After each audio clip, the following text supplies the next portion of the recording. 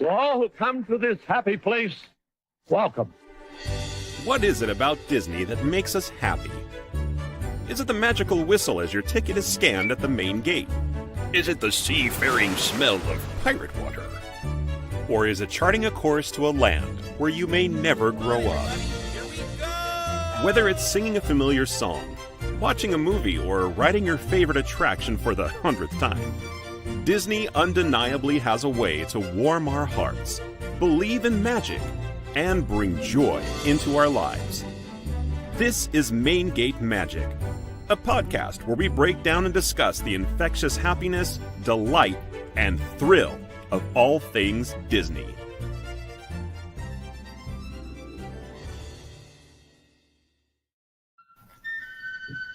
Oh. Y'all hear that? That mischievous boy is in the house. True. It's true. There it is. All right. Welcome, everybody. It is Tuesday, March 25th, 6 o'clock p.m. This is Jason Braden, your host of Main Gate Magic. And I've got my usual band of Disney crazies with me. I've got Leia. How are you doing today, Leia? I'm doing fantastic. How are you?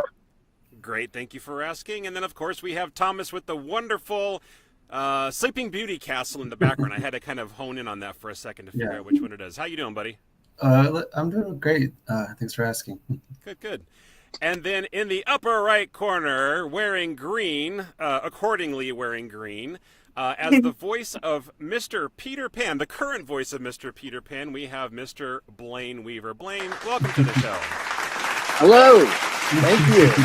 Oh, Yes. way bigger crowd than it seemed. I know. Very There's nice more to be people, right? More people than you thought there was. Yeah, absolutely. So thanks for taking the time to be on the show today. It's really awesome because I think you do one of the most iconic voices of a character that I have known since childhood. I think Peter Pan is what introduced me to Disney when I was just a wee lad.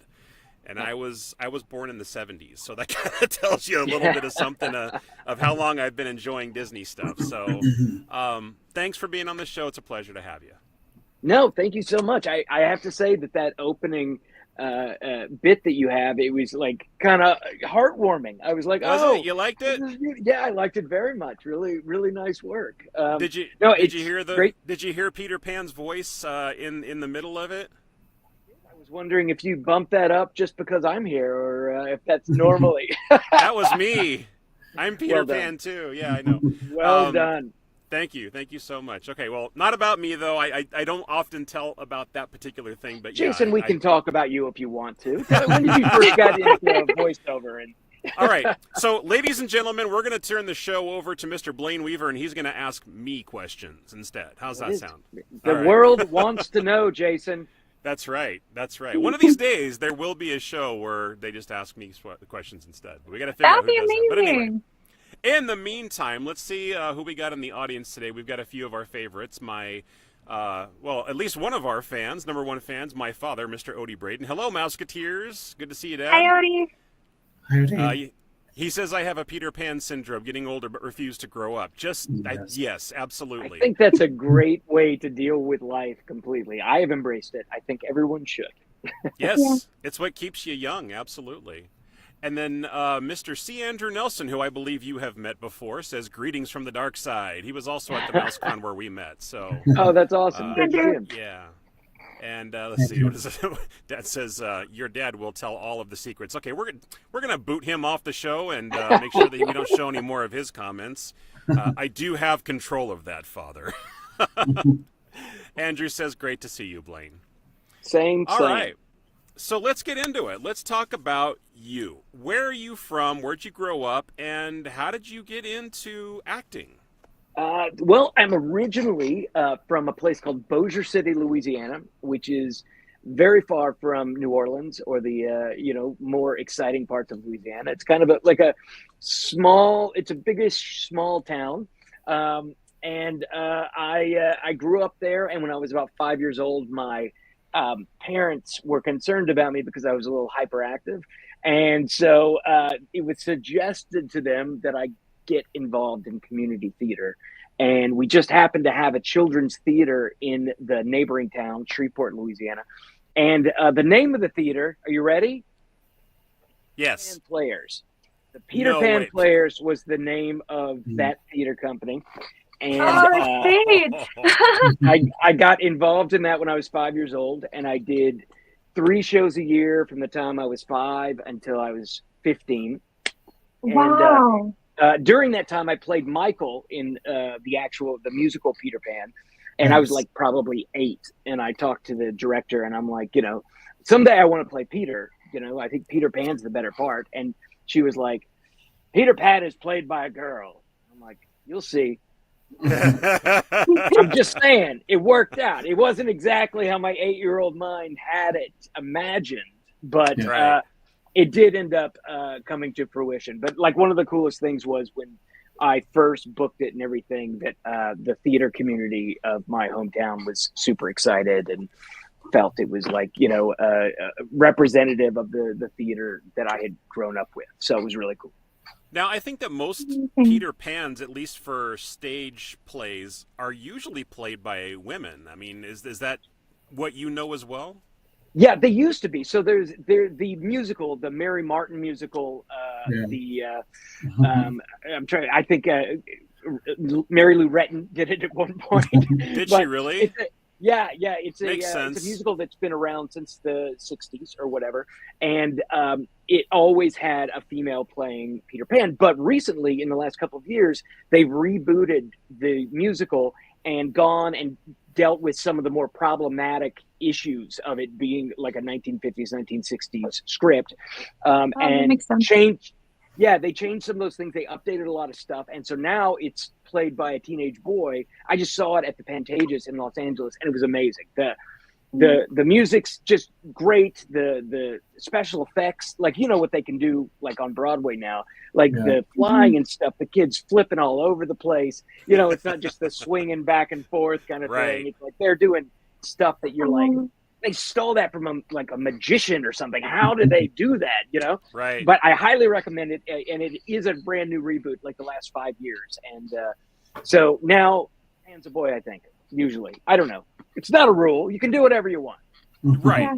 It's whoever fills the shoes the right way, I guess, right? Or whoever wears the feather in the hat the best. I think that would be easier to just it won't take you out of the show if it is a teenage boy, because Peter Pan in the story, I could see it being easier to not be taken out of the musical. It's a great show, and it's again part of my childhood, but like it was a dated property, and at a certain point it's like, you have your Native American parts in it, you have, the woman playing Peter Pan, and there's all this kind of creepiness with Captain Hook at a certain point where it's like, I was really glad that they kept the spirit of it, but brought it forth to this new audience, because I want the Gen Zs, the alphas, whatever we're calling them now. I want the kids. I want Peter Pan to be as much a part of their life as it was, for my childhood. Absolutely. Yeah. Do they now that you brought up a good question or a good point, because you said the Native Americans and stuff like that, which I know was a big point of controversy when, Disney started changing all these things, and people are like, you need to take that out of the movie and everything. Now there's just warnings up there that say, some of the views expressed were done a long time ago, and, we don't necessarily condone these types of views and blah, blah, blah. You said you just saw the play. Do they put that kind of stuff in the play as well? And the same as they did with the movie? What they did was they got rid of some of the songs that were problematic, and, one of them was the songs, that the Indians sing, and one of them was this other song that kind of leaned into Peter Pan having a very high-pitched voice kind of thing. But no, it was a very, very multicultural cast, there wasn't like, you're playing a Native American. It was like more that everybody was, different and unique on this island, and they were a club and we were a club. But it is really, I really love that they put the effort into it, because I work in theater a lot, and there are so many properties that just kind of go unproduced because we can't do it properly. You know what I mean? Right. The King and I is one specifically, where you want to, have respect, for all the cultures and whatnot, but, having 10 kids, down there, one of them is blonde, blue eyed, or, you know what I mean, is kind of difficult. So I hate that show can't be done more. Right. But it needs a very big budget and it needs a very big cast. But I'm just really glad that Peter Pan isn't falling between those cracks, that they're doing work, to keep the play now, right, without losing its heart, right, which is really about not growing up and that playing in life. Yeah. So Blayne, when you were 5 years old, did you immediately take to the theater? Like, was it something unlocked in you that was like, oh my gosh, I love this? It was everything to me. It was like, instead of me playing soccer or doing Boy Scouts or, I was doing a play. I was always doing a play. I was in tights way more than most people are in tights. Okay. I can tell you that much. We would do, Disney themed plays and, musicals and all this stuff. And I did all of that and I didn't want to do any of the other stuff. So by the time I was 15 and 16 and I was getting a little old for this community theater, for this children's theater, I started driving with my mom the 3 hours to Dallas, Texas, which had a small film community, and I would audition for stuff. And, I ended up booking some work out of there. So all of a sudden, I'm 16 years old doing a TV movie in Australia. And then, Awesome. it was great, and it's like, I only had that opportunity because I had been doing theater for so long and didn't know enough to be scared, if that makes any sense. So, well, you don't. I started working as a teenager. Yeah, I think as a teenager you don't have. Well, at least back then, I didn't think that we had that kind of fear. It was just more of like, this is cool, this is exciting. I get to travel, I get to go places and do stuff. Is a very big encourager of courage. Say the first part again. I don't think it caught.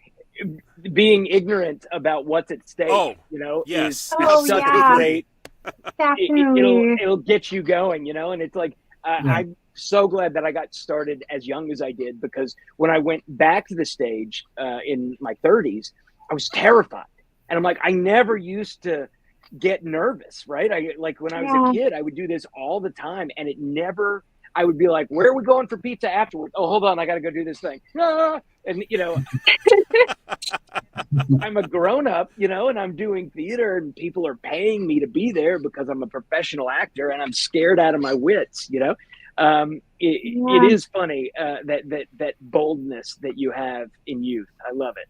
Yes. We should try to hold on to that as long as possible. Right. Yeah. I think I had it in youth, but when I got into my late teens and then of course my adult life, I lost it, but I think I've got it back now. But going to these conventions and talking to people and just sharing stories and hearing stories like yours, it kind of brought it all back, and it's kind of it reinvigorates that to hell with everything else, let's just talk and let's just be ourselves. I'm going to hop back over to the comments really quick because we've actually got quite a bit of activity in here since we last did it. So Andrew says that I've actually been to your hometown.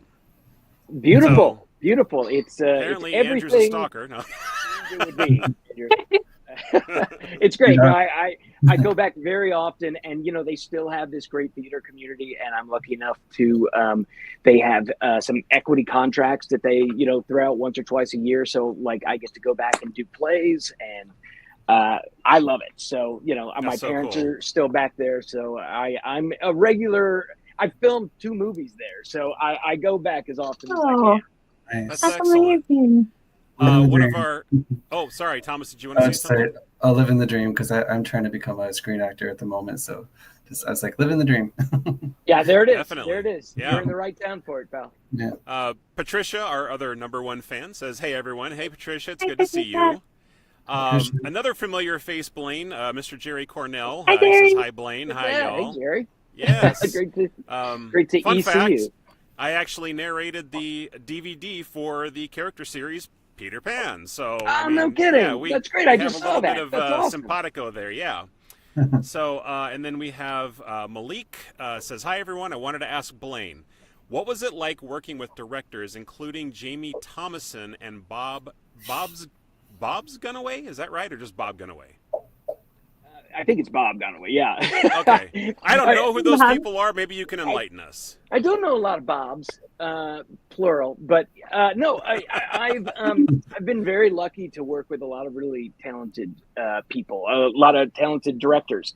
I had the pleasure of one of my first movies. I was directed by Tommy Lee Jones, and Tommy Lee Jones was actually acting and directing in it at the same time, and that was very inspiring to me. Of like this, being able to be on screen and then split your attention and go over here and direct the movie and direct the other actors.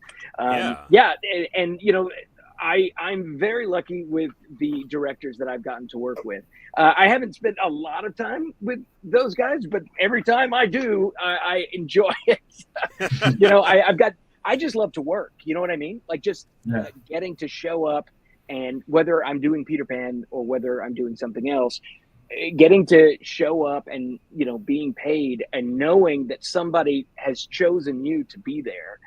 I mean, especially in Peter Pan, it's such an iconic character, and they could have anybody that they want, When I did Return to Neverland, I spent the years that we were working on that project, right? Convinced that I was going to get fired at any moment. Like, I was just like, I'm just going to be the scratch guy. They're going to use me to make the cartoon, and then they're going to fire me and hire Michael J. Fox. They're going to get somebody famous, because they were doing that a lot, in Disney at the time. That it was self-doubt always, somebody creeping that you in knew. there. Sure. And I knew for sure that it was me when I saw the trailer for it. And I'm like, wow, I can't believe that. And also, like Disney rarely gives like a contract, because they reserve the right, if it's not working, to replace, right? Yeah. So it was a dream gig. And then I thought, as we were going through, I'm not going to count on this. I'm just going to enjoy every day that I get to do it, so. Heck yeah. Yeah. And, every director that you get to work with, it really just wants the best thing. So it's, and as a director myself, I enjoy very much collaborating with people and listening to their vision of stuff. So I would love that too. It just seems like so much. It's like an adventure every time. Yeah. Right. How did you get the voice of Peter Pan? Like, what's the story there? It's a pretty good story, actually, because fate dealt a hand. It has a lot to do with luck. And basically what happened was I was working in Los Angeles as an actor, and I was with an agency that represented me for TV and film. And what you do sometimes when you haven't had as many auditions as you want is you want to show your face, remind them you exist, So I did a pop-in. And, I asked if my agent was available, and she made time for me, and I went in, and I'm just like, hey, I just haven't been out a lot recently. I was just making sure everything's cool. Do I need new headshots? What do I need? And she scanned her desk, and she grabbed a piece of paper, and she's like, here, go down to the voiceover booth down the hall and audition for this. They're doing voice matches or something. And I'm like, okay, great. I'd never done a voiceover audition before. The truth is acting, but I didn't really know that. I thought that there was like a great trick to it that I had to figure out, So I walked down the hall, and I'm like, I'm Blayne Weaver. I'm with the young adult division down the hallway. And they said I should come audition for this. And they're like, yeah, we're doing voice matches for the original Peter Pan. And like, I've seen that movie 6 million times. So I know, like, I can hear their voices in my head. And they wanted me to read for Cubby. Because in the original, Cubby was an adult voice that did kind of like a goofy, that kind of thing. Oh, right, yeah. He was the big guy in the big kid with the bear outfit. Yeah. I remember. Exactly. So, yes. So I started doing that, and I felt immediately totally self-conscious. Like, I am not an impressionist. I'm not a voice guy. I felt silly, and I'm like, hey, you know what? I can't do this, but I can do a kid. I can easily do Peter. I can hear Peter's voice in my head right now. Have you cast Peter Pan yet? And they're like, no. You want to do Peter? Here, fine. So they gave me the thing. I did Peter Pan, which was, for me, just basically an impression of Wally Cleaver from Leave It to Beaver, that had that 1950s kind of quality, and like just before the voice cracks kind of thing. And I did that, and I walked out, and I felt like, man, that was a great day. Like, just getting to do that was so cool. And I didn't think about it again for several weeks. And then I got a call from my agency, but not from my agent. It was from the voiceover division. And they were like, is this Blayne Weaver? And I'm like, yeah. And they're like, do we represent you? Wow. Not in the voiceover division. I'm over in the theatrical department. He's like, well, Disney wants to see you like tomorrow, and we've been looking for you, and we got your number off IMDb. So we didn't even know how you recorded for this. So I went back in, and and I booked it. And it was, I mean, it's exactly like you were saying, I think before we were rolling, it is it's like the James Bond of cartoons, right? It's like Batman. It's like everybody knows Peter Pan, right? Yeah. And it's fun, and there's pirates, and there's swashbuckling. It's the best. You know what I mean? And it's like you may kind of know who Flynn from, that movie is, but you know who Peter Pan is. Yeah, Tangled. Yeah, exactly. See, I can't even remember the name because it's so forgettable to me. I'm just kidding. I have no problem with Tangled. But it's like, it's just the kind of thing where you say it and everybody knows what you're talking about. There's not a confusion. Yeah. The only confusion I get is people are like, Disney has a voice for Peter Pan and I'm it. So whenever it's Peter Pan, it's me. Like, yeah. What do you mean?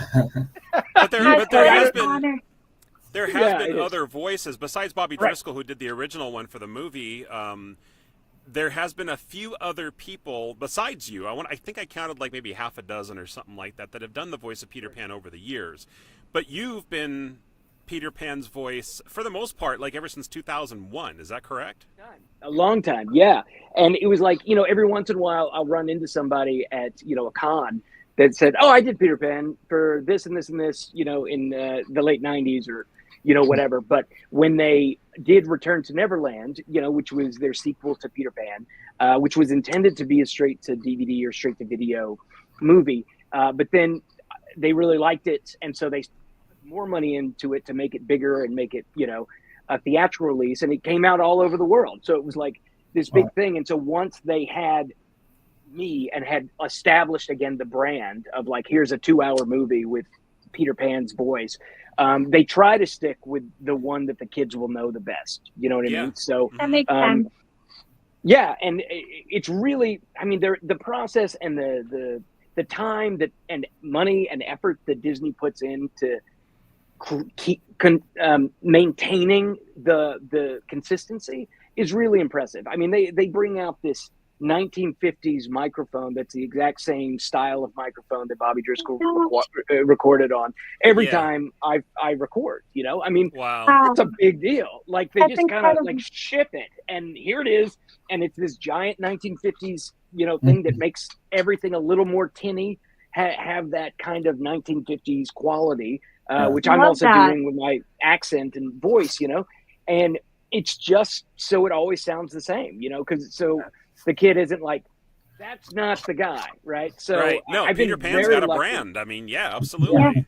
Yeah. They've stuck with me for a Blayne? long time. Yeah. You know what I love, and I think this is like so noteworthy with what you did. You got this audition of a character, and you could have kept in your head, oh, I think I could do Peter Pan better, but I'll just keep that to myself. But like you speaking up in that one little moment just changed your life for the better. I mean, so take chances. That's really what I'm hearing. Yeah. Hey, fortune favors the bold, right? I'll tell you this though, it backfires just as many times for that one shot that it works out. I agree. It's like, swing away. You never know unless you try. Yeah, exactly. So would you think that because of things like that have happened in your life that you can relate to the character of Peter Pan in that manner where it's just like you kind of just fly by the seat of your pants until something happens, and then it happens, and it's just like you just kind of go with that. Like I said, everything being an adventure, and that's what Peter did. Like everything was an adventure. Everything was playing with stuff. Like you play with your voice, you play with yourself on. Well, I'm sounding really weird now. This is a family show. You play characters for other things, live action, voice acting, things like that. Would you say that you relate to Peter in that aspect? I think that's why I booked it. I think Yeah. Pan is my spirit animal, and Love it. like it's been a character that's influenced me since way before I got the actual part, and Yeah. I've always lived my life. I mean, look, let's just look at it this way. I'm a kid from Bossier City, Louisiana, who left home at 18 to move to New York, and then left New York at 19 to move to LA. And I've used every part of my life has been about finding the adventure of life, and living the most, and being like, again, life is short, and I just want a story that would be worth reading, right? Yeah. And I think that's Peter. He does it. He's constantly running away from time, right? I feel like that has been my mantra since as long as I can remember. Of like, I just want to do as many things, have as many experiences, live life to the fullest, and that's Pan. Only he never ages. Right. The rest of us are being chased by a crocodile that has a clock in its belly. Metaphor. It's a metaphor. You know how It's a big metaphor. It's a metaphor. Yeah. It is a huge metaphor with sharp, pointy teeth. I'm telling you, I didn't get it until I was 40. I didn't get it, and now I do. And so now I love Time's it. creeping up on you. Absolutely. It's creeping up. It is. Yeah. But you got to keep that youthful spirit and that energy. It's what keeps us alive. It's what keeps us young. It's what keeps the smile on our face. I love it. So what did you think of the movie Hook? Because in that movie, Peter did grow up, and he found his smile again eventually. But it did kind of sway from the original story. It borrowed from what happened, but then they just sort of like made it into a sequel where Peter ended up getting a family, and then he's got kids, and he finds his way back to Neverland, has adventures again, and then eventually gets his life back together again. What were your thoughts on that? Did you enjoy it, or was it something that you were just kind of like, they could have just left it alone, I'd been fine? I loved it. I You loved loved it. I loved. All right. I mean, I'm into all iterations of it. You know what I mean? It's like I have what the book up there that I look at once in a while, the J.M. Barrie original, which is different from the Disney, which is different from Hook, which is different from the Adventures of Peter and the Neverland Pirates. It's like I love it. It's this one piece of literature that has been a jumping off point for people's creativity, and people, when I'm doing the conventions, people are always like, what do you think about this live action? I mean, I don't know. I'm like, no, I don't care. I love it. I love whatever gets you there. And of course, I'd have to be a crazy person to be like Steven Spielberg and Robin Williams. Come on. I am not that guy. I am like, you guys do it, play it. I mean, I kind of feel like, again, I'm going to bring it back again to the James Bond thing. It's like, Sean Connery is James Bond, but Timothy Dalton gets to say I'm James Bond. You know what I mean? Right. So right. I'll gladly, be the Timothy Dalton to Robin Williams, any day. Okay. Like, I'm not him, but when you Google Peter Pan, I pop up right next to Robin Williams, and it makes me very happy. Oh, that put a huge smile on my face. Yeah. Oh my goodness. Right? All right, so we're speaking of all the different versions of Peter Pan here. We've talked about the original animated movie. We talked about the plays. We've talked about Hook, which was the sequel. And then, of course, Return to Neverland, which was the kind of like other sequel, I guess. Yeah. Which was an amazing movie in itself. I remember that movie. I haven't seen it in quite a while, but I do remember liking it. Have you Jason, ever you got to watched... get on it, man. You got to get on it. Like, you know what? I have a lot of stuff. Needs to with be all of the... constantly played on Disney Plus. I know you have it. Just put it on. I dream about it, Jason. And just let it play through. It's I had the OG OG playing on the TV today while I was working and furiously typing away at like emails and stuff like that. So I did do a little bit of refresher homework, like I really needed to, because I could probably quote you all the lines from the original movie. But the next question is: have you seen the Mischief Theater version of Peter Pan Goes Wrong? I have. And I think it's amazing. I think it's amazing. I found it on so YouTube at one point. I amazing. didn't get to see the actual show, but I saw the recorded show, and it's so awesome. Have you heard the? I think that they took their inspiration from an NPR story on This American Life of things that go wrong, like terrible experiences. And there's a story that someone tells about the worst production of Peter Pan that anybody's ever seen, and it has everything. It has Peter falling, not being lifted up correctly. It has Tinkerbell. They've decided to make it a Tinkerbell instead of a light. They made her a light bulb at the end of an extension cord and smashing into the set and exploding. It's fantastic. I'm telling you, This American Life, look up Peter Pan. It's the best 15 minutes you'll spend listening to a story. This American Life Peter Pan. Okay. It is fantastic. I'll watch that. It is all about how this small community theater production goes horribly, horribly awry. And again, as a theater person, I love enjoying the tragedy of other theater actors. I hate being part of it, but I love seeing it. So yeah, the Peter Pan Goes Wrong is amazing. I got to see the play that goes wrong in New York not too long ago, which was my first in-person experience with those shows. But so good, so funny. That's one I need to watch too. Andrew was the one that actually recommended that I see that one, and then he told me about the Peter Pan Goes Wrong, and I within the first, I think, 7 minutes, I had tears literally just rolling down my face. There's so much physical comedy in it and just so much whimsical, nonsensical idiotness that just happens through the whole thing. I don't even know if that's a word or not, but it just kind of describes it all. Anything that could impossibly go wrong goes wrong in this, but they make it so seamless. I'm pretty sure what I saw it on was, I think the BBC put on a live, production of it for London audiences, and I think it's on YouTube, or it used to be on YouTube. So if you want to see that, you should check it out because it's really funny. Definitely check both of those out.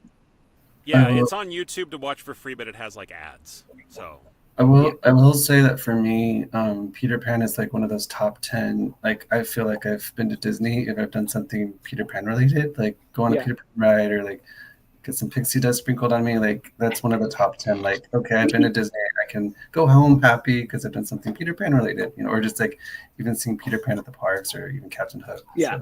So. Oh, that's awesome. That makes me feel good. Thanks. I did a Disney cruise one time, and it was for my birthday, and I wasn't thinking of anything involved, and it was last night of my cruise, and we were at a dinner celebrating my birthday or whatever.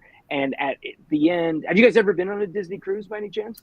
Never. I want to someday. On my to-do list. Super. I highly recommend it. Super fun, right? But like one of the restaurants they have on one of them is like they have all of these drawings of the iconic characters on the wall in black and white. And during dessert at dinner or whatever, all of the characters like become colorized and they start, talking and stuff. And it was me. Neat. And it was like I did this Peter Pan thing where he's flying around the room kind of talking. And I remembered I had done it like 3 years before. I had no idea. Like most of the time you don't know what the heck you're doing. You're like, what is this, for the boat? And they're like, yeah, it's in the restaurant. Like, okay. And I just do what they tell me to do. But like you're in there and you're like, I totally forgot that this happened. And the waiter was there and I'm like, that's me. And he's like, yeah, okay, pal. Sure. Whatever you need to think, buddy, how it is. But it was really cool. And so it's like, I get the same kick out of it. Like I went with my niece and nephews to Disneyland not too long ago. And we went to, what's the show? PhilharMagic. And we were in there and I was feeling pretty cocky. And I'm like, we saw the show and I'm like, that was me. That's me. They couldn't have cared less. I was so much more excited. They're like, we know. Yeah. I would have been so excited. I have a cast member for that as well. Everybody. Yeah, and I think you also did Peter for a video game as well, right? The one for the Kinect or something like that. It's like a Disneyland one where you can walk around and stuff. The video games I don't really know very well, but I know that there are people who love it, right? They come up to me at the convention and they're like, oh, you're the Connect. I'm like, yeah, Yes. how's that game? Yes. It's pretty Yeah. good. I'm like, all right. It is pretty good. It is pretty good. Andrew says, I can totally identify. I did a production of Peter Pan on stage, and pretty much everything that could go wrong did go wrong. There's a lot of moving pieces in doing Peter Pan because you got at least 3 wires flinging around, right? And it's like it can just be so overwhelming, right? There's literally sword fight scenes where somebody's flinging around, and if you do a community theater production, you probably don't have a ton of budget for that kind of thing, and things can go wrong. Yeah, That makes sense. Yeah.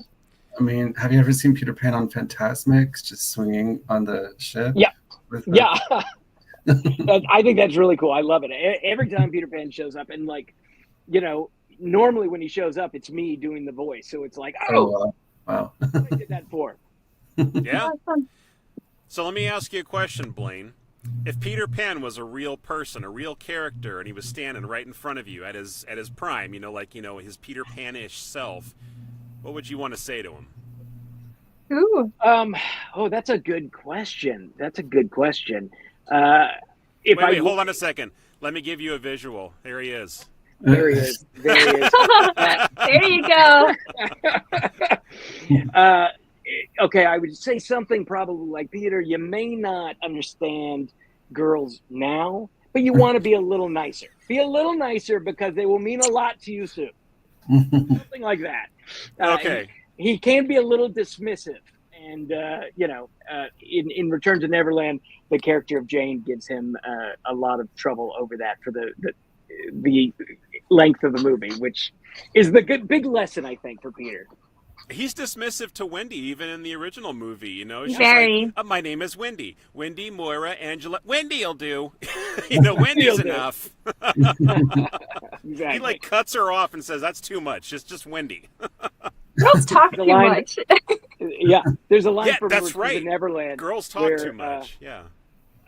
The mermaids are swooning, and Peter is like, yeah, all girls get like that around me. But he's probably just blissfully ignorant about why. Yeah, it's not because of what he thinks. It's because exactly. Yeah, so that's. He's just awesome, Yeah. Blayne, what's one of your favorite lines from Peter Pan? Like one of your favorite lines that he does? Well, I do a lot, when I'm signing things for people, I really like Never Grow Up and, Faith, Trust, and Pixie Dust. There you go. My favorite is probably when I call Hook an old codfish. I love that. I love, whenever we're, most of Peter is in the higher register, but when he's fighting, come on, Hook, you old codfish. It goes a little down. He gets a little gravel in his voice. Right. And I love the sword fighting scenes. They're so much fun. They're so much fun to record. To me, it's the essence of Peter is like when he gets something worth fighting for, he really steps into his own. Yeah. Would you say that those lines kind of translate into what your favorite moments of the movie were? I do. Yeah. I think, especially for Return to Neverland, I love the sword fighting scenes. I love all the scenes with Jane, the actress.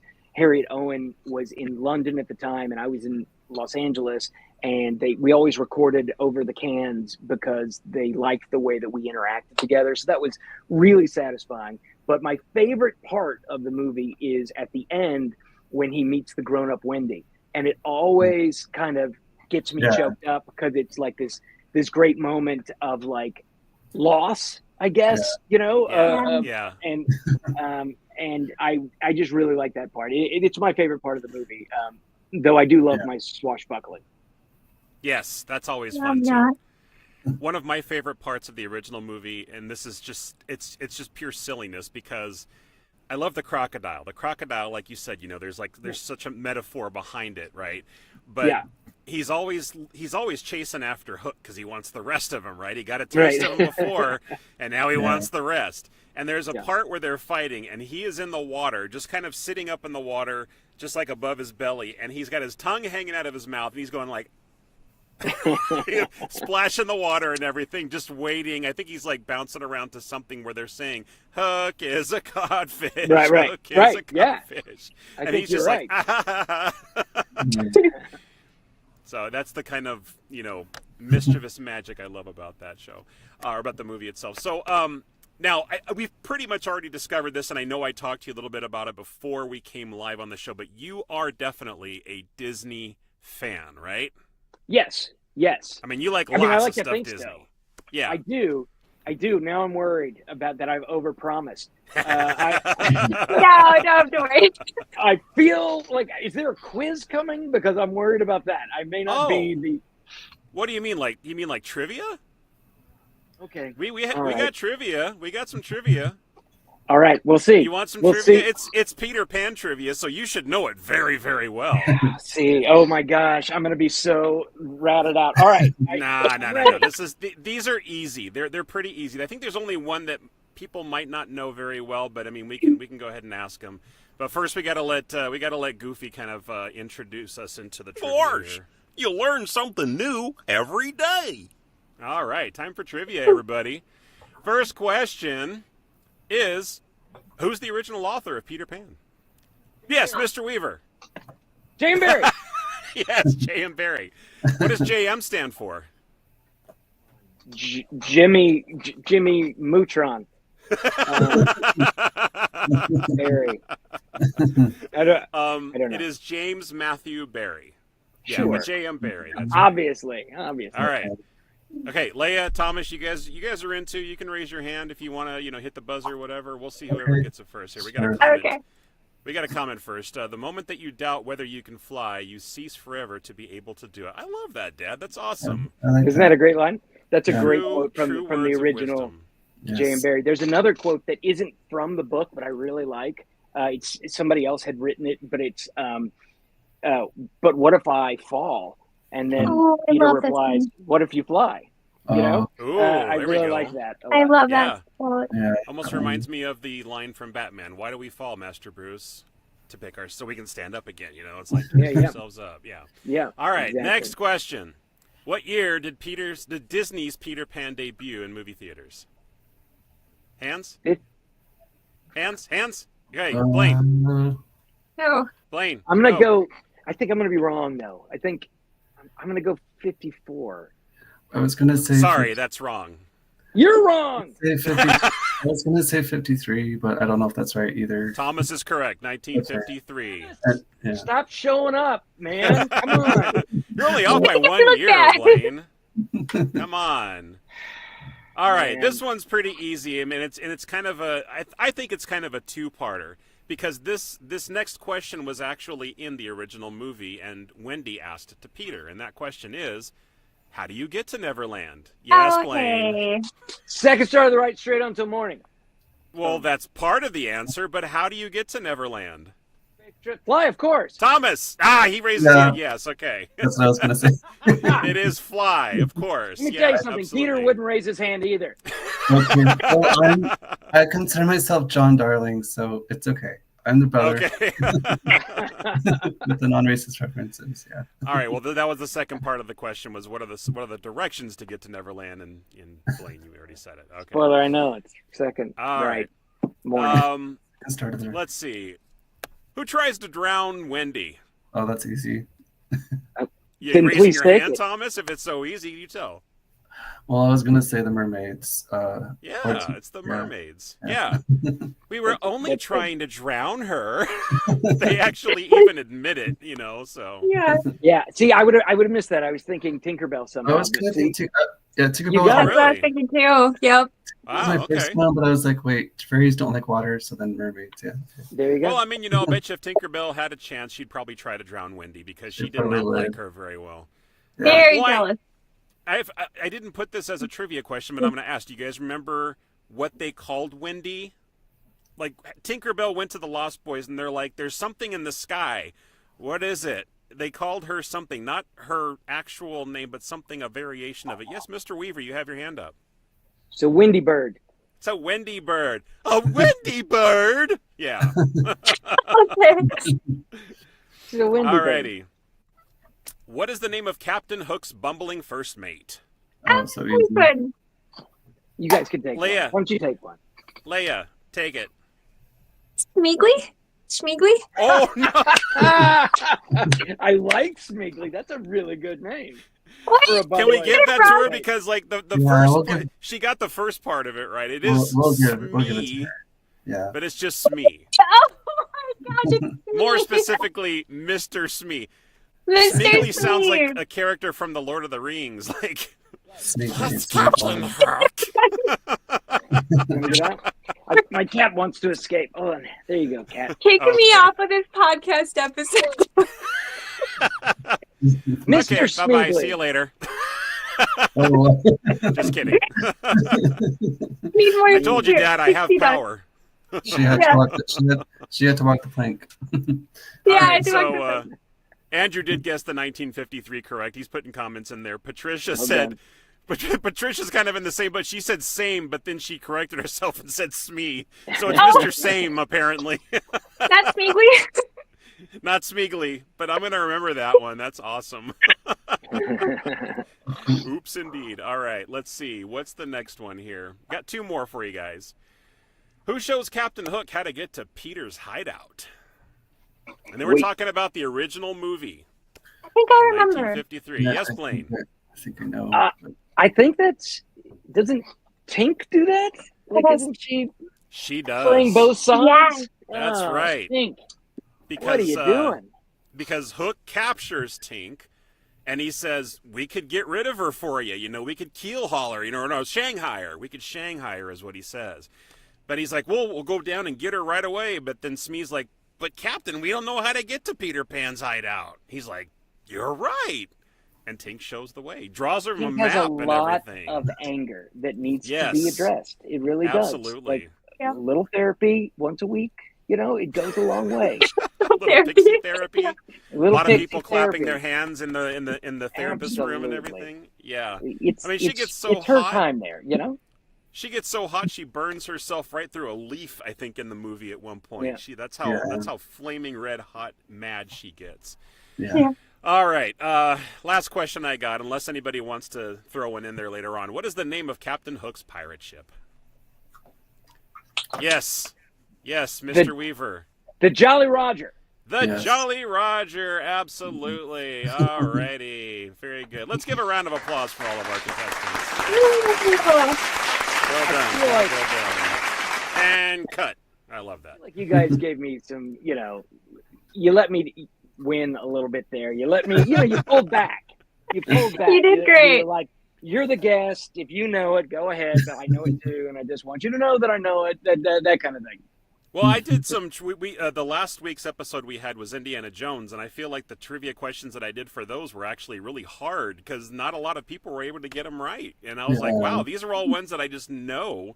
Because Yeah. Do you remember one of them? Do you remember? I love Indiana Jones. Oh, do I want you? to see if I Okay. can do the hard one. What's hold the on hard one one? second. I'll pull up Oh, my this will be script here. good. Give me a moment, Oh, okay? I gotta pull As up Jason's my, looking it up, I got one for you, Blayne. What is Indiana Jones' dad afraid of? Rats. Yeah. No. You got it. Very good. Rats. Yes. Rats. That's Rats. right. That's right. That is one of them. Rats. Let's see. Yeah. Oh, That rats. isn't That's here. right. He hates rats. He says there were rats, Dad. Rats. Sean Connery, by the way, amazing in that movie. Yeah. Fantastic. Oh, He's great. amazing. All right. What's Indiana Jones's real name? Henry. Dr. Henry Jones Jr. Absolutely. You got that 100% right. Yay! Where did the name Indiana come from? That's the name of the dog. It's the name. We named the dog Indiana. You are Dog named Indiana. after the dog. In the beginning of That was a Raiders. really good. Thank you, impression of thank what- you. Of that guy's name. I Sala, can't remember his yeah. name. Sala, Sala, yeah, John- that was really John good. Reese. That Sala. was really good, Jason. John Yeah. Reese Davies, or Davis, I think is. Yeah, he's awesome. In the beginning of Raiders of the Lost Ark, what is the name of the fictional tribe that chases Indy through the jungle? Oh, if only you That was a spoke- hard one. Oh, you're there. Is it- You got it. Is it? It's on the tip of your tongue. Here, let me kind of it's not like- let me just kind of pull it out. Yes, too bad. Pinchy? You could warn them. If only you spoke. You tell me. I don't got it. Jovitos. Jovitos, no way. No way. Jovitos. I have many times gone. No, Yeah. Yeah. I love that part. Yeah. I can tell you how to say chase the arc in Jovitos, Right. but I can't tell you what the name of the. Anyways, thank you for indulging me in my Indiana Absolutely. Jones intro. You want more? I got more. No, I'm okay. Okay. All right. I wish we should have had you on the last one. Then that would have been awesome. Let's see what we got here. Who was Indy named? Oh, Dad. Odie actually said the same question that I asked. And then Andrew says it was also the name of George Lucas's dog. Wow, check out that trivia question. Was it That's cool. before he invented Indiana Jones, or did he name the dog after he had made Indiana Jones? That's my question. Because I That's think a it's a good great question. idea. If I had a dog after I made Indiana Jones, I would say, I'm going to name this dog Indiana or Indy. I would think But so too. Yeah. So my guess But would be before, but maybe Andrew can actually pop that in the before would be a comments. great inspiration. Wouldn't I have a it, friend though? who named his kid Indiana, and they call her Indy, and I love it. Isn't that a great I name? love Yeah, I that. love it. Absolutely. Indeed. How often do you get to the parks? The Disney I parks. go at least once a year, but it's usually not more than twice a year.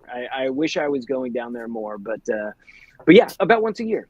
Always a kick. Usually when friends and family are in town. Just Disneyland, though, right? Do you ever go over to Florida at all?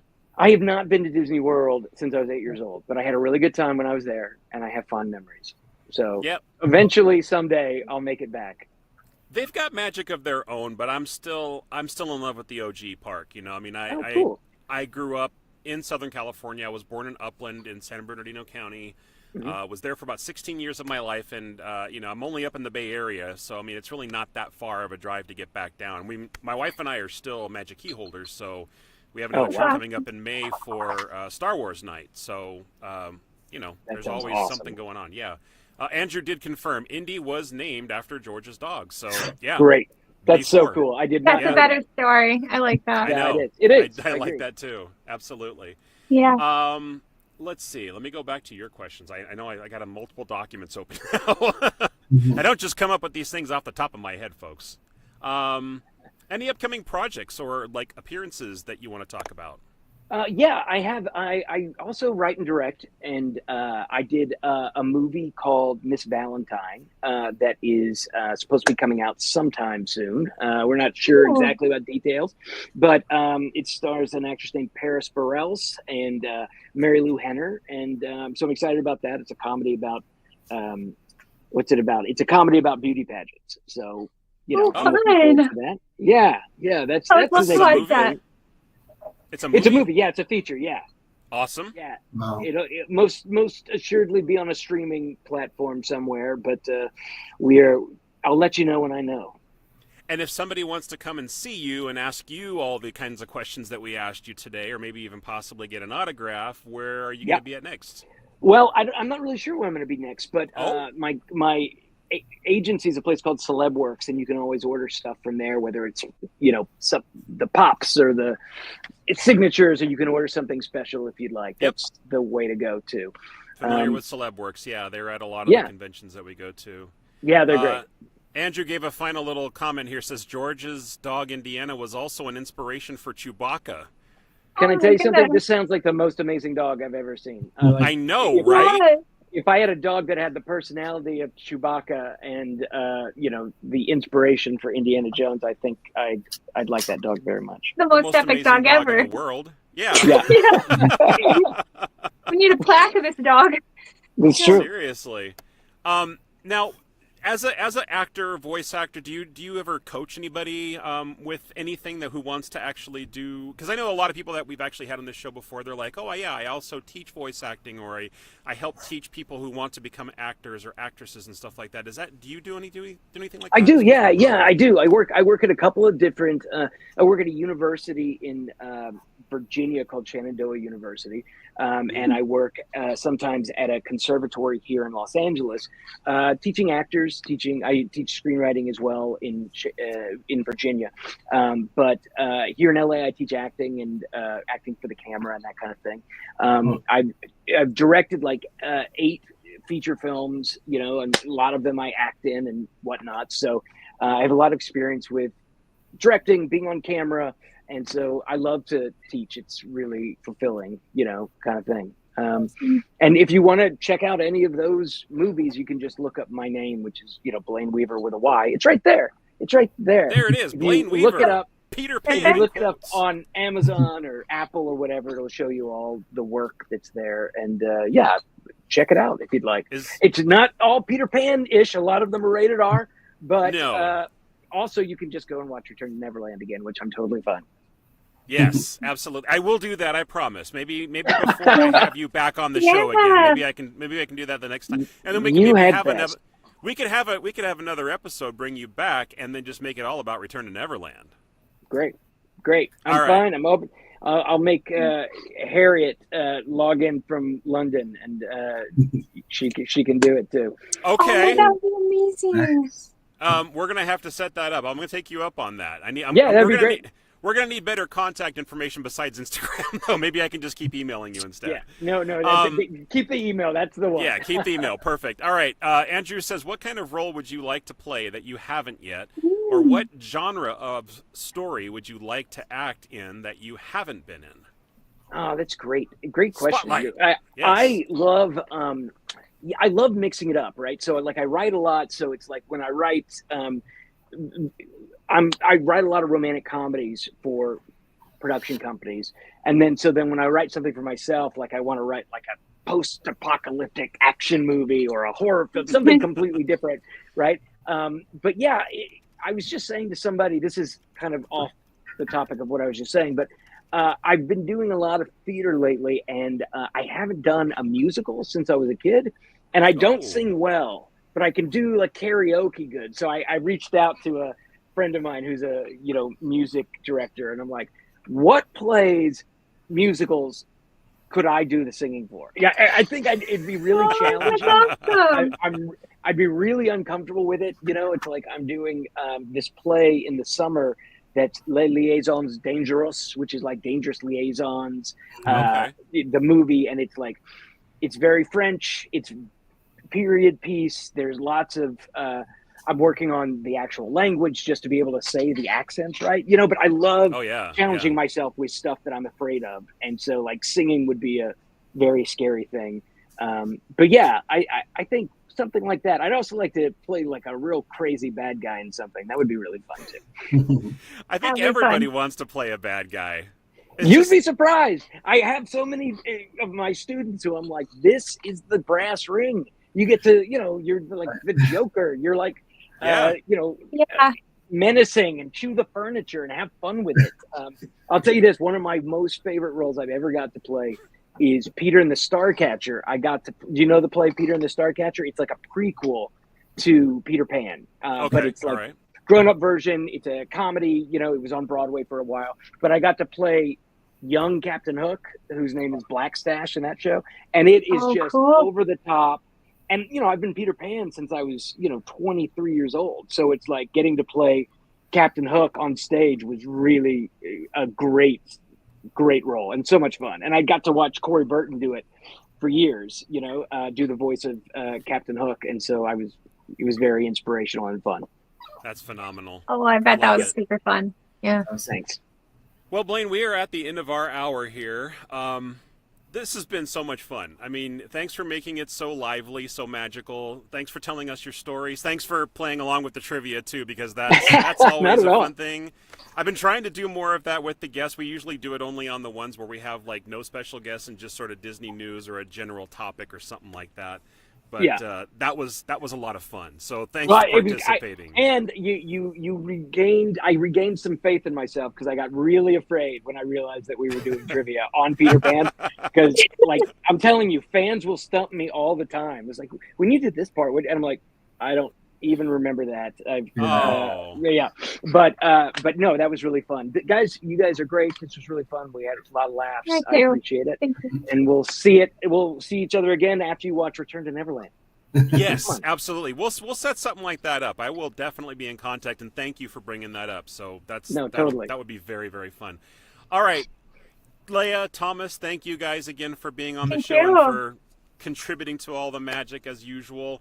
If anybody actually wants to see the previously recorded episodes or even catch this one, if you're listening to it only and want to see what we were doing or all the silly faces we were making or whatever, find us on Facebook and YouTube, Main Gate Magic. We're the only ones on there. We're also on Instagram, TikTok, and then the audio versions are going to be available on Apple Podcasts, Spotify, Amazon Music, and the Podcast Network. My name is Jason Braden. Thank you all for joining tonight. Thanks again to, of course, all of our fans that were in the chat today. Love you guys all, and we'll see you next week. Have a great night. Bye-bye. Bye, guys.